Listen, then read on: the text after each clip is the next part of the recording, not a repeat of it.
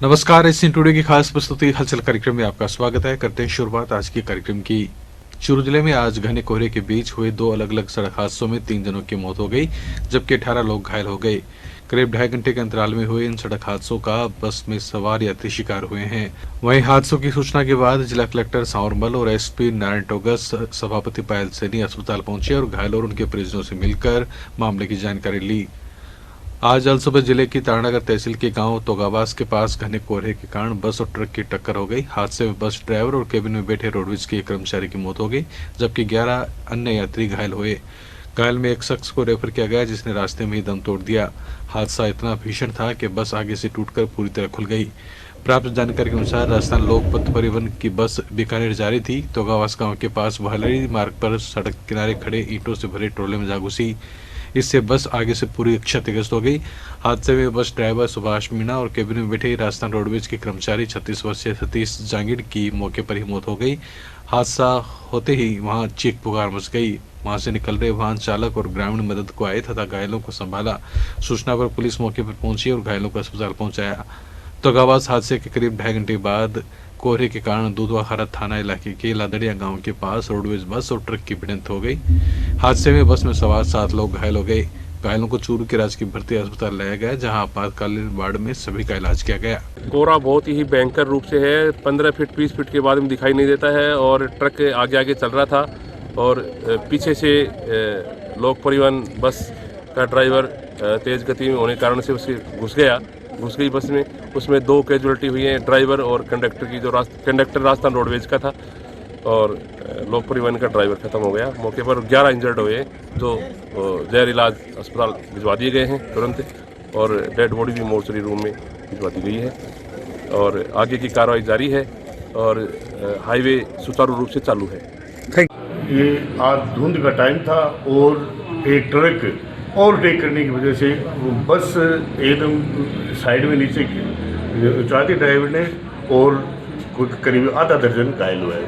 Sir बस कौन सी थी? बस राजस्थान रोडवेज की चूरू डुपी की। कितने लोग घायल हुए? करीब आधा दर्जन 6 लोग घायल हुए हैं। आगामी पुलिस के द्वारा क्या कार्रवाई की जा रही है? आगे घायलों को भर्ती किया, इलाज चल रहा है और पुलिस कार्रवाई कर रही है। सर ट्रक ड्राइवर फरार हो गया? ट्रक ड्राइवर मौके से फरार हो गया। करीब 11 लोग इंजर्ड हमारे पास आए। 3 जनों के पांव की हड्डी फीमर फ्रैक्चर थी। एक व्यक्ति की हेड इंजरी, चेस्ट इंजरी और फ्रैक्चर, तीनों चीज़ें थी। उसको हमने रेफर किया। प्राथमिक उपचार हमारी टीम द्वारा कर दिया गया। श्रीमान जिला कलेक्टर महोदय, एसपी साहब, स्थानीय विधायक माननीय राजेंद्र साहब, सभापति जी, पायल जी, सभी लोग पहुंच गए थे। सभी घायलों की व्यवस्था प्राथमिक उपचार सुचारू रूप से किया गया। चूरू जिले के तत्कालीन राजगढ़ सीआई विष्णुदत्त बिश्नोई खुदकुशी मामले में सीबीआई टीम एक बार फिर से सक्रिय हो गई है। चूरू की सर्किट हाउस में ठहरी सीबीआई टीम का पूरा फोकस राजगढ़ पर है। सूत्रों की माने तो सीबीआई के अधिकारियों ने जिले के पुलिस अधिकारियों से दिवंगत थानाधिकारी के समय बने राजगढ़ थाने के भवन को लेकर जानकारी मांगी है। इसके अलावा राजगढ़ नगरपालिका प्रशासन को भी पत्र लिखा गया है, जिसमें भवन से जुड़े दस्तावेजों की सूचना देने के लिए कहा गया है। वहीं दिल्ली बैठे सीबीआई अधिकारी कार्रवाई पर पूरी नजर रखे हुए हैं। 1-2 दिन में उच्च अधिकारियों के चूरू पहुंचने की बात कही जा रही है। सूत्रों ने बताया कि कोविड के कारण करीब 4 माह तक जांच की गति धीमी रही, लेकिन अब अधिकारी इसमें तेजी ला रहे हैं। इधर थानाधिकारी विष्णुदत्त बिश्नोई के मोबाइल पर लगा पेट्रोल लॉक सीबीआई खोलने की बात कर रही है। अगर ऐसा हुआ तो केस के लिए अहम साबित होगा। आपको बता दें कि 23 मई को सीआई विष्णुदत्त का शव उनके सरकारी आवास पर फांसी के फंदे से झूलता मिला था। परिजनों ने मौत को संदिग्ध मानते हुए 24 मई को राजगढ़ थाने में आईपीसी की धाराओं में मामला दर्ज करवाया था। तब उनके पास से जांच टीम ने 2 मोबाइल और 2 सुसाइड नोट जब्त किए थे। चूरू जिले में मादक पदार्थों की तस्करी के खिलाफ चलाए जा रहे ऑपरेशन प्रहार के तहत सदर थाना पुलिस ने रामसरा बाईपास पर कार्रवाई करते हुए एक ट्रक से डोडा और अफीम जब्त करते हुए 2 आरोपियों को गिरफ्तार किया है। यह नशे की खेप पपीते से भरे ट्रक में छिपाकर मध्य प्रदेश से पंजाब ले जाई जा रही थी। पुलिस अब गिरफ्तार आरोपियों को रिमांड पर लेकर नशे के सिंडिकेट का पता लगाने में जुट गई है। नाकाबंदी के दौरान ये सूचना मिली थी कि ट्रक है उसमें अफीम और डोडा पोस्ट तस्करी के ले जाया जा रहा है, जिस पर नाकाबंदी के दौरान करीब 480 ग्राम अफीम और 5 किलो डोडा पोस्ट जब्त किया गया। 2 आरोपी, जिसमें एक का नाम प्रदीप शर्मा और दूसरे का नाम अनमोल, जो पटियाला जिले के रहने वाले हैं। उनको गिरफ्तार किया गया। एक ट्रक जब्त किया गया जिसमें पपीता ले जाया जा रहा था। पपीते की आदमी तस्करी हो रही है। राजस्थान समायोजित शिक्षाकर्मी संघ राजस्थान की प्रांतीय कार्यकारिणी के आह्वान पर पुरानी पेंशन व्यवस्था लागू करवाने के लिए चूरू जिला कलेक्ट्रेट के सामने शिक्षकों ने धरना प्रदर्शन किया। इस दौरान अपनी लंबित मांगों को लेकर शिक्षकों ने नारेबाजी भी की। इन शिक्षकों का कहना है कि हाईकोर्ट जोधपुर के डबल बेंच द्वारा समायोजित शिक्षाकर्मियों के पक्ष में पुरानी पेंशन देने के लिए 1 फरवरी 2018 को निर्णय दिया था तथा उच्चतम न्यायालय ने हाईकोर्ट जोधपुर के निर्णय को सही ठहराया, किंतु सरकार द्वारा पुनर्विचार याचिका दायर किए जाने के बाद न्यायालय के फैसले को आज 2 साल बीतने पर भी राजस्थान सरकार द्वारा लागू नहीं करने से समायोजित शिक्षा कर्मियों में अत्यंत रोष है तथा प्रदेशव्यापी आंदोलन करने पर वो मजबूर हुए हैं। चूरू के ढाणे गुजरान आसलखेड़ी में आज सिपाही सुरेंद्र गुर्जर की मूर्ति का अनावरण उपनेता प्रतिपक्ष राजेंद्र राठौड़, सांसद राहुल कस्वा, अंतर्राष्ट्रीय गुर्जर महासभा के राष्ट्रीय अध्यक्ष कर्नल देवानंद और महिला सेल के डिप्टी ओम प्रकाश गुदार आदि ने किया। इस मौके पर उपनेता प्रतिपक्ष राठौड़ ने कहा कि देश के लिए त्याग करना एक सिपाही के लिए बहुत सम्मान की बात है।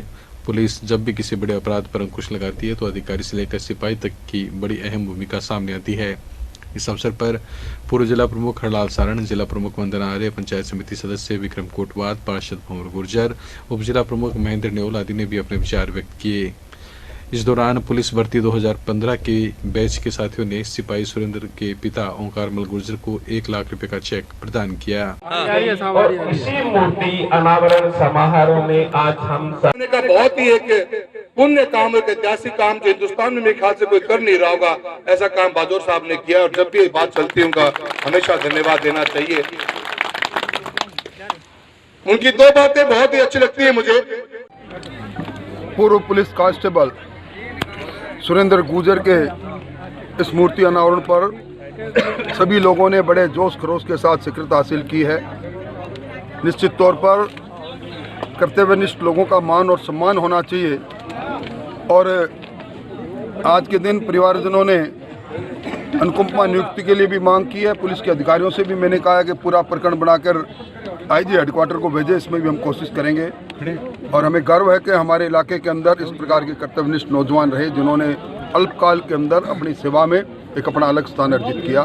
मैं परिवारजनों को जो गमजदा है उन्हें इस बात के लिए बधाई देने आया हूँ कि आपने एक रतन को पैदा किया जिसका उजाला आज पूरे इलाके में हो रहा है। धन्यवाद। रामगढ़ शेखावाटी में नामांकन तिथि के अंतिम दिन आज 121 आवेदन पत्र प्रस्तुत किए गए। निर्वाचन अधिकारी एसडीएम उपखंड अधिकारी सुप्रिया ने बताया कि 83 जनों ने नगरपालिका निकाय चुनाव के नामांकन की अंतिम तिथि को 121 आवेदन पत्र प्रस्तुत किए। कस्बे के 35 वार्ड के पालिका सदस्य पद के लिए कांग्रेस का 1 वार्ड में खाता खुल गया। हालांकि अभी आधिकारिक तौर पर घोषणा नहीं की गई है। कस्बा के वार्ड संख्या 27 में निवर्तमान पालिका अध्यक्ष भाई मकसूद बाटी व पूर्व पार्षद ताज मोहम्मद ने भी कांग्रेस से ही आवेदन पत्र प्रस्तुत किया। वहीं भाजपा के निकाय चुनाव प्रभारी हेम सिंह शेखावत ने 17 वार्ड प्रत्याशियों की सूची उपखंड अधिकारी सुप्रिया को सौंपी।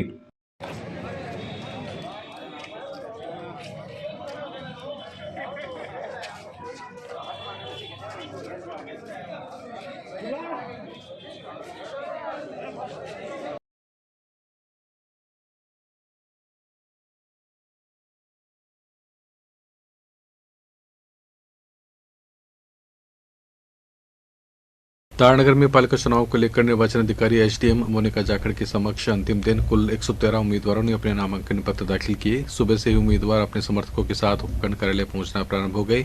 कोविड की पालना में राज्य सरकार के निर्देशानुसार केवल उम्मीदवार को ही परिसर में आने की अनुमति मिल पाई। वहीं भाजपा की तरफ से महावीर पूनिया, राकेश जांगिड़, हरीन दोरिया, अयूब पटवा आदि नेता मौजूद रहे तो कांग्रेस की तरफ से विधायक नरेंद्र बुडानिया, प्रधान संजय कस्वा, पुष्कर दत्त इंदौरिया आदि नेता मौजूद रहे। निकाय चुनाव 2021 नगर पालिका तारानगर के अंदर हमने हमारे भारतीय जनता पार्टी के सभी उम्मीदवारों के आज नामांकन पत्र दाखिल किए हैं और आने वाली 28 तारीख को हमें उम्मीद है कि प्रचंड बहुमत के साथ पुनः भारतीय जनता पार्टी का बोर्ड बनेगा और आने वाले जो पल है वो विकास के एक नए आयाम खुलेंगे। उम्मीद करता हूँ कि तारानगर में भारतीय जनता पार्टी का बोर्ड बनेगा। निश्चित तौर पर पिछले कार्यकाल में जो विकास के काम हुए हमारे, उसके आधार पर हम वोट मांगेंगे। निश्चित तौर पर हम भारतीय जनता पार्टी का बोर्ड बनाएंगे और एक ऐतिहासिक जीत दर्ज कराएंगे। इसी शुभकामनाओं के साथ सबको मुबारकबाद। बहुत बहुत बधाई। बीजेपी का बोर्ड में देखा आपने, अब 5 साल का मौका जो है वो कांग्रेस को देना चाहिए। राजस्थान में कांग्रेस की सरकार है, यदि वो मेरे हाथ मजबूत करेंगे, आदरणीय मुख्यमंत्री अशोक गहलोत जी का हाथ मजबूत करेंगे, तो मैं इस क्षेत्र के लोगों को विश्वास दिलाना चाहता हूं कि तारानगर के अंदर किसी चीज की मैं कमी नहीं रहने दूंगा, किसी वार्ड में कोई समस्या नहीं रहेगी। इस प्रकार से हम काम करेंगे। मानगढ़ में निकाय चुनाव के लिए नामांकन दाखिल करने के आखिरी दिन नेताओं की रुचि चुनाव लड़ने के प्रति परवान पर रही। दिन के 3 बजते 253 नामांकन पत्र चुनाव लड़ने के लिए दाखिल किए गए। तहसील कार्यालय में जिला परिषद के अतिरिक्त सीईओ डॉक्टर नरेंद्र चौधरी के समक्ष कुल 124 नामांकन पत्र अभ्यर्थियों द्वारा दाखिल किए गए हैं। दूसरी ओर वार्ड 31 से लेकर 60 तक के कुल 129 नामांकन पत्र रिटर्निंग अधिकारी एसडीएम मूलचंद लूनिया के समक्ष दाखिल किए गए। देर शाम तक नामांकन पत्रों की सूची बनाए जाने का काम जारी रहा। भाजपा की ओर से दी गई अधिकृत प्रत्याशी की सूची में कुल 12 वार्ड बिना टिकट के छोड़े गए हैं। वहीं दूसरी ओर कांग्रेस की ओर से शाम तक भी कोई सूची मीडिया को उपलब्ध नहीं करवाई गई। इसके लिए चुनाव लड़ना चाह रही हूँ। मैं वार्ड के विकास के लिए कार्य करना चाहती हूँ। मेरी सभी वार्ड वासियों से यही अपील है कि सभी समस्याओं का समाधान करने की कोशिश करूँगी एवं जो भी समस्याएं हैं उनको निपटाने में मेरा पूरी सहयोग है। आप पहले भी पार्षद रही हैं, मैं तो पहले इस बार भी पार्षद की प्राथमिकताएं क्या होंगी? इस बार की प्राथमिकताएं पानी, बिजली की व्यवस्था एवं वार्ड में सफाई की व्यवस्था। देखिए, सबसे पहले तो हमारे नेता स्वर्गीय मास्टर भवनलाल जी को मैं नमन करता हूं। और जहां तक दोनों पत्नी पत्नी के चुनाव कांग्रेस से लड़ने की बात है, तो ये तो पार्टी ने निर्णय लिया है। और पार्टी, कांग्रेस पार्टी मजबूत पार्टी है, राष्ट्रीय स्तर की पार्टी है, तो पार्टी चाहती है कि जीतने वाला कैंडिडेट हो, चाहे वो 1 हो चाहे 2, जीतने की स्थिति में हो। तो पार्टी ने पुष्पा कुलदीप और बाबूलाल कुलदीप पर जो विश्वास जताया जनता के माध्यम से, दोनों वार्ड की जनता ने जो हमें भरपूर आशीर्वाद दिया है, जनता की मांग है कि सेवा करने वाला व्यक्ति हमारे बीच में हो। तो मैंने 54 नंबर वार्ड से भाजपा की उम्मीदवारी के हिसाब से पर्चा दाखिल किया है। जनता आशीर्वाद देती है। मैं सबसे पहले तो मेरे वार्ड वासियों से अपील करना चाहती हूँ कि मेरे वार्ड के जो भी जिस वार्ड से मैं चुनाव लड़ रही हूँ उस वार्ड वासियों से मेरा निवेदन रहेगा कि जिस विकास के लिए वो चाहेगा उस विकास में मैं पूरी खरे उतरूंगी। उनकी सेवा में किसी तरह की कोई सेवा में कमी नहीं रहने दूंगी।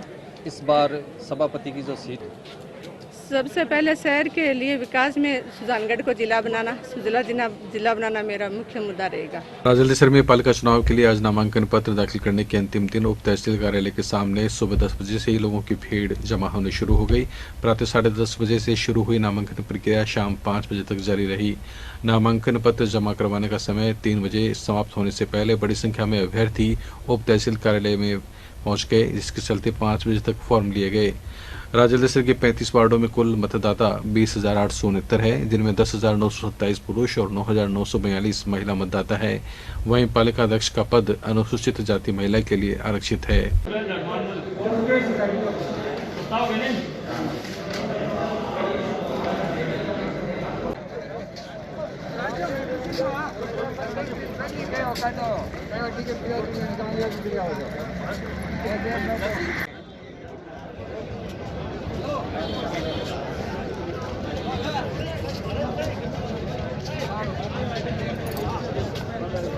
निकाय चुनाव के नामांकन के अंतिम दिन आज बीजेपी कांग्रेस के साथ निर्दलीय प्रत्याशी भी चुनाव मैदान में अपना दमखम बड़े जोश और उत्साह के साथ दिखाते नजर आए। चूरू के बिदासर में ढोल नगाड़ों के साथ बीजेपी कांग्रेस के साथ निर्दलीय प्रत्याशियों ने रिटर्निंग अधिकारी के समक्ष नामांकन पत्र दाखिल किए।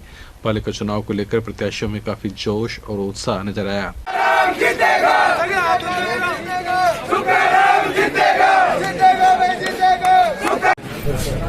पालिका बिदासर में 34 वार्डों से कांग्रेस पार्टी ने प्रत्याशी लिए हैं, जिसकी लिस्ट हमने जारी कर दी है।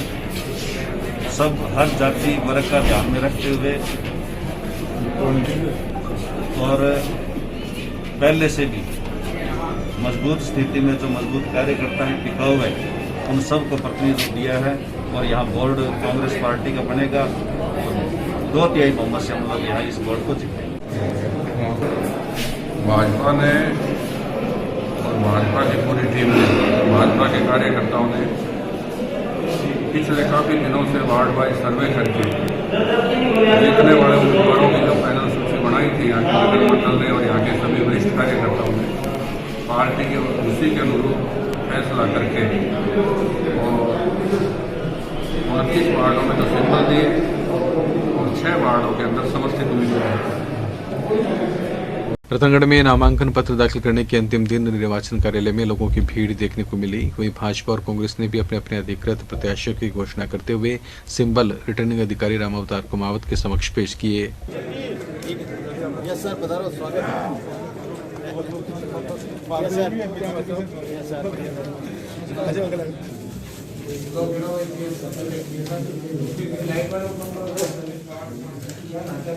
निकाय चुनाव के लिए नामांकन के अंतिम दिन रतनगढ़ में कुल 166 उम्मीदवारों ने 224 नामांकन पत्र दाखिल किए। इसी के साथ क्षेत्र में पिछले 5 दिनों में कुल 246 उम्मीदवारों ने 341 नामांकन पत्र दाखिल किए हैं। रिटर्निंग अधिकारी रामावतार कुमावत ने बताया कि नामांकन पत्रों की समीक्षा शनिवार को की जाएगी।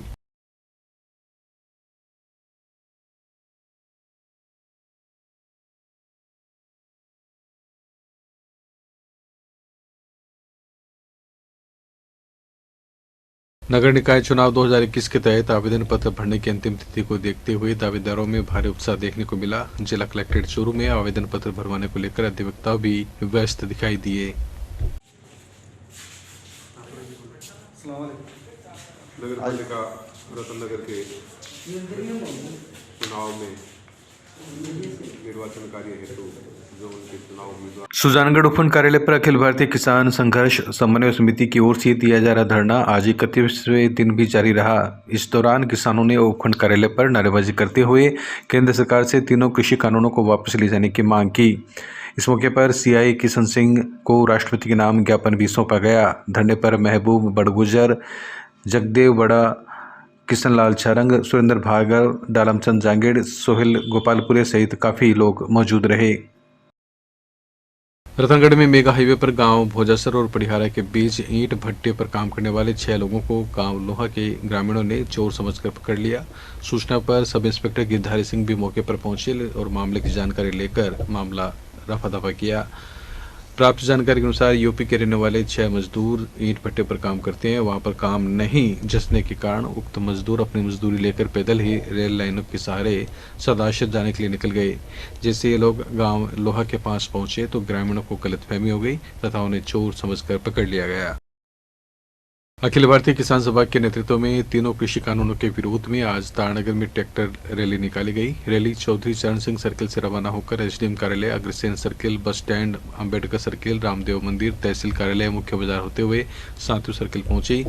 किसान मजदूर भवन में रामस्वरूप सारण की अध्यक्षता में एक बैठक का आयोजन किया गया, जिसमें अखिल भारतीय किसान सभा राज्य कमेटी सदस्य निर्मल कुमार ने आरोप लगाया कि केंद्र सरकार बड़े पूंजीपति घरानों के दबाव में किसान विरोधी 3 कृषि कानून लेकर आई है।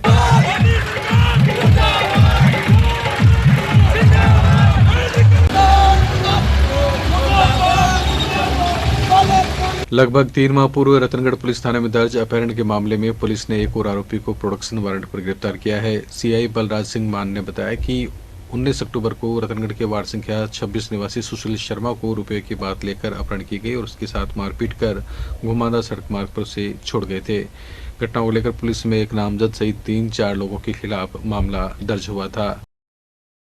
सुजानगढ़ के निकटवर्ती गांव मेंगना के पास हुए सड़क हादसे में 2 लोग घायल हो गए। जानकारी के अनुसार 2 युवक बाइक पर सवार थे जो बाइक फिसलने से घायल हो गए। लोगों की सूचना पर मौके पर 108 एम्बुलेंस पहुंची और दोनों घायलों को राजकीय बगड़े अस्पताल लाया गया, जहां पर टीम हारे का सहारा के श्याम शरणकार, पवन बिजारनिया, शंकर, लोकेश आदि ने आपातकालीन वार्ड तक पहुंचाया।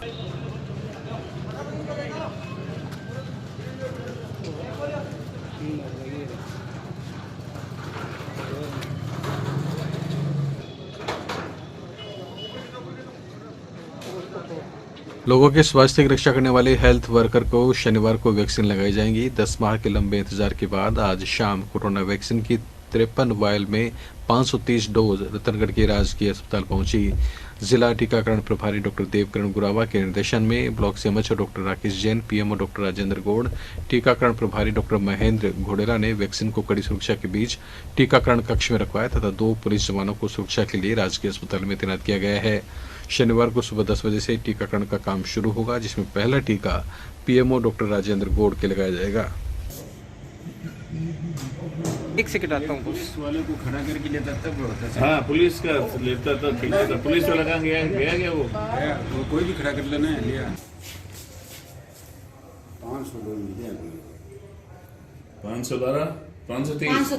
530 डोज आई है। कोविड-19 की वैक्सीन हमें प्राप्त हो गई। अभी 530 डोज हमारे को प्राप्त हुई है और कल 16 तारीख को इसका शुभारंभ होगा और इसमें 100 आदमियों को प्रथम दिन वैक्सीनेशन किया जाएगा। इसकी पूर्ण तैयारियां कर ली गई है और हम किसी भी परिस्थिति को मुकाबला करने के लिए तैयार हैं। गर्भस्थ शिशु संरक्षण समिति की रजत जयंती की पूर्व तैयारियों को लेकर तारानगर के वर्षा कंदोई गेस्ट हाउस में बैठक हुई, जिसमें समिति के राष्ट्रीय अध्यक्ष रामकिशोर तिवारी ने बताया कि समिति को गठित किए हुए 25 साल होने जा रहे हैं, जिसकी रजत जयंती की पूर्व तैयारियों को लेकर बैठक का आयोजन किया गया। तो इसी के क्रम में आप सबको यहाँ पर आमंत्रित किया, निवेदन किया कि आप लोग यहाँ पर पधारें। खुशी है कि आज आप यहाँ पर पधारें। श्री राम मंदिर निर्माण समर्पण निधि अभियान के तहत बिसाऊ के बुजुर्ग दंपति ने अपने वृद्धावस्था पेंशन की राशि 11,11 हजार रुपये स्थानीय समिति के पदाधिकारियों को सौंपकर अभियान की शुरुआत की है। आरएसएस के नगर कार्यवाह रामजीलाल कल्याणी ने बताया कि वरिष्ठ नागरिक भवानी शंकर सैनी तथा उनकी धर्मपत्नी द्रौपदी देवी ने प्रतिमाह मिलने वाली वृद्धावस्था पेंशन के 11,11 हजार रुपये जमा कर आज श्री राम मंदिर निर्माण के समर्पण निधि में भेंट कर अनुकरणीय उदाहरण पेश किया है। इस अवसर पर सैनी के पुत्र किशनलाल सैनी, अभियान के मलसीसर खंड प्रभारी अशोक चौहान, बिसाऊ प्रभारी विलास सैनी, अरविंद कुमार सैनी, प्रमोद कुमार कसेरा, कपिलेश शर्मा, मनोज कुमार सैल, श्री किशन स्वामी, सुभाष चौहान, जयप्रकाश जलधारी, रमेश खवास आदि मौजूद रहे। श्री राम मंदिर निर्माण के लिए समर्पण निधि का एकत्रीकरण आज बिसाऊ में शुरू हुआ है। सबसे पहली रसीद 11,000 रुपये की श्रीमान भवानी शंकर जी सैनी सन ऑफ श्री बालूराम जी सैनी द्वारा प्राप्त हुई है और दूसरी रसीद उन्हीं की धर्मपत्नी श्रीमती द्रौपदी देवी, धर्मपत्नी श्री और भवानी शंकर जी सैनी के द्वारा 11,000 रुपये प्रदान किए गए हैं। इस प्रकार से आज 22,000 रुपये का श्री भवानी शंकर जी सैनी परिवार से और ये श्री राम मंदिर निधि संग्रह शुरू हुआ है, जिसके लिए सभी कार्यकर्ता सैनी परिवार को बहुत बहुत धन्यवाद देते हैं। कोविड वैक्सीनेशन की तैयारियों के तहत बिसाऊ के गांव मैनसर के राजकीय अस्पताल में बनाए गए कोल्ड चेन स्टोरेज में शुक्रवार दोपहर बाद पुलिस सुरक्षा में कोविड वैक्सीन पहुंचाई गई। ब्लॉक सीएमएचओ डॉक्टर अभिषेक सिहाग जिला मुख्यालय से उक्त वैक्सीन लेकर मैनसर पहुंचे। सीएचसी प्रभारी डॉक्टर मोहम्मद उमर ने बताया कि शनिवार सुबह 9 बजे मैनसर सीएचसी के अंतर्गत 51 चिकित्सा कर्मियों व अन्य हेल्थ वर्कर को वैक्सीन का टीका लगाया जाएगा। सबसे पहला टीका प्रभारी डॉक्टर उमर को लगाया जाएगा। बारे में 2 शब्द कहेंगे डॉक्टर। आज जिला वैक्सीन स्टोर से और कोविड की वैक्सीन आ गई है मैनसर सीएचसी पर, जिसको कल सुबह और अपने प्राइम मिनिस्टर नरेंद्र मोदी जी के संबोधन के बाद उद्घाटन करने के बाद इनको मेडिकल स्टाफ को लगाया जाएगा और वैक्सीन को यहाँ पे आईलैंड केंद्र हमने सेफली पहुँचा दिया है। धन्यवाद। पास कोविड वैक्सीन आई, उसके बारे में बताइए। आज